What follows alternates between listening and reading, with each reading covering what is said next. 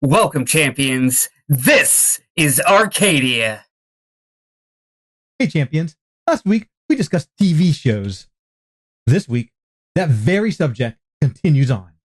I've also been, just saw a show called Pantheon. We were talking about anime a moment ago. I'll throw out Pantheon as one that just came out maybe a year or two ago. It's only got a couple seasons. And I would even name that as something that relates. This would be my relates to Omen, or I'll have two of those, I guess. But Pantheon is, the setup is they find a way for a person to like actually live in a virtual world, like to transfer your emotions and everything. And there's all kinds of details and twists to all that, but it's on the idea of our characters kind of living in this game world. But I bounced around a little bit there. I also want to point out I'm watching Mad Men currently. It's not a recent show. It's a classic. I feel it's probably my biggest hole in all the top best, the most acclaimed whatever shows. And sure enough, it's really freaking good. Mad Men is, the characters are so frustrating, but it's very representative, of culture in the 50s and 60s. It was a man's world, and it's, everyone smoked, and it's like, what are these people doing? But they do the writing is really good. I should give it so much credit, really, compared maybe to say like Breaking Bad or Better Call Saul, where they do something like season 1, episode 3, and all of a sudden season 3, episode 8, it comes back into your play, and like, wow, they really plotted this out well. This is super well written. And anyway, the other one I would say that's a favorite anime of mine would be Cowboy Bebop and Avatar. I'll say both those. Those are both really, I love them both. And then the other one that I would say relates to Omen Succession, which is, also a high acclaimed show. Kind of had a chip on my shoulder about that show because it kept winning over all the Emmys over Better Call Saul. And I finally watched it begrudgingly. Like, oh, this stupid doggone, it's really good. It's really good. Better Call Saul is better, but man, I understand why Succession won all those awards, man. It's a tough drama with lots of humor. Every single one of these I named are among my favorites and ones I'd recommend. But I guess, like I said, the ones I designate as recommendations are just because they're shorter, more accomplishable. Pluribus, Severance. I guess Cowboy Bebop's only one season too. That's a good one also. All right, what else? Now that everyone said their thing, I need to jump back in real quick because I didn't talk about my favorite show because I was trying not to just talk about that the entire time because I could. So my favorite show right now is a show called Jobless Reincarnation, also known as Mushoku Tensei. That show is one of the most human anime that exists. So many anime, the characters are just almost godlike beings. They're just so overly powerful that they just seem unattainable. But all of the characters in Mushoku Tensei feel like real people with going through real problems in this fantasy world where lots of things are happening, both to the main character and his family, his friends, everyone around him. I don't want to call it a slice of life like those animes tend to be called, because it's not a slice of life. It is an adventure anime, and a lot of these shows that take place in another world steal a lot of their ideas from this show. And I have watched this show like 18 times in the past year and a half because it's just that good. It's short right now, but it's got potential to go so much farther. The book it's based on is finished, so we know where the story is going, but getting to see it happen has been a real treat. Say the name of it again? Jobless Reincarnation. I also wanted to say, talking about Severance and Pluribus, The Twilight Zone is absolutely fantastic, and it has, it sprawls and has seasons, and it's been reinvented and brought back numerous times, since it was first aired in the 50s and 60s. But yeah, that's some of my earliest and most favorite television memories is Twilight Zone episodes. I watch a lot of stuff with my wife, and some of the stuff I would normally not watch.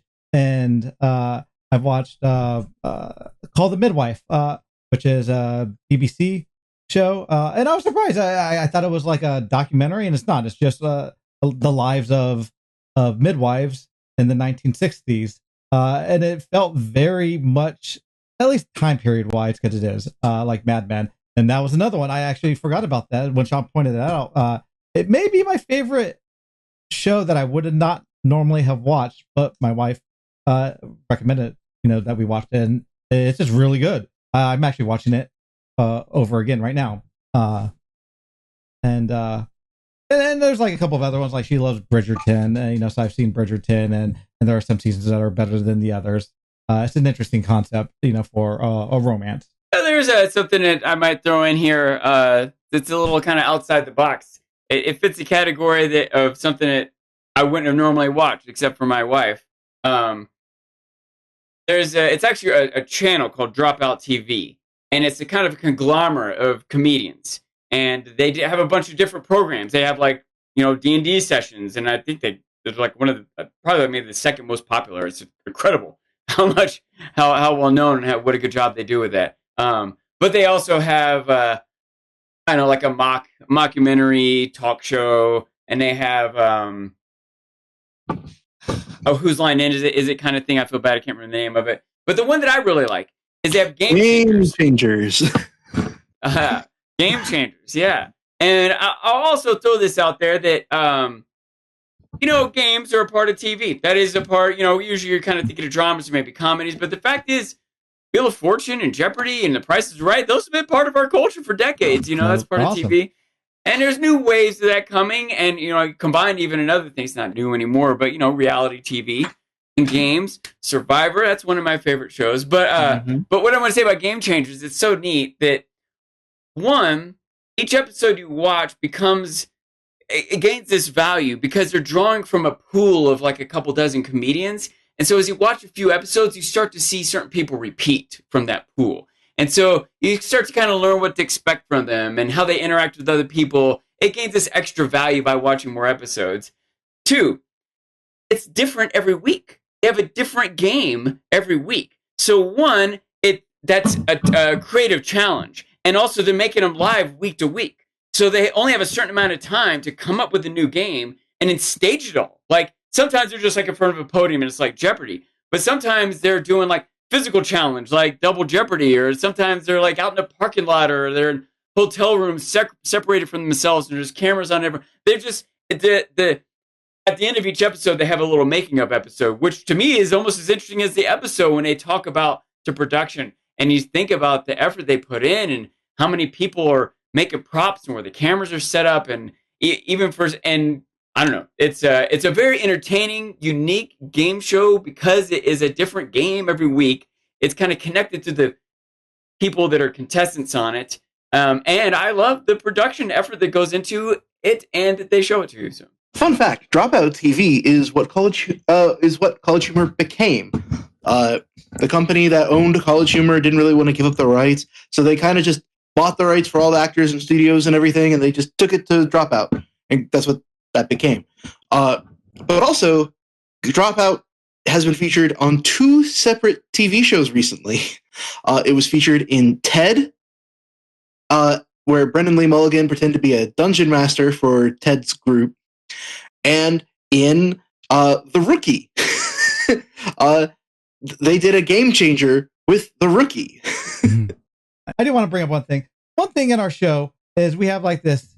We have something called TechCon. It's a big, event at the end game where people make speeches and participate. And like there's actually like I don't say a singing competition, but like people are able to perform, and it's a select amount of people that perform.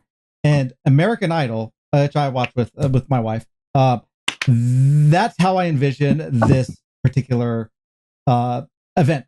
When people are singing, is very similar to how they perform in American Idol. Hey, champions, it's absolutely incredible how TV shows can change people's lives forever. If it's changed your life, leave a comment below. If you like content like this, go watch our videos about movies. And things to come are games and documentaries. Drop a like if you enjoyed, subscribe to stay up to date, and if you have any questions, please leave a comment. And remember, champions, stay ever vigilant!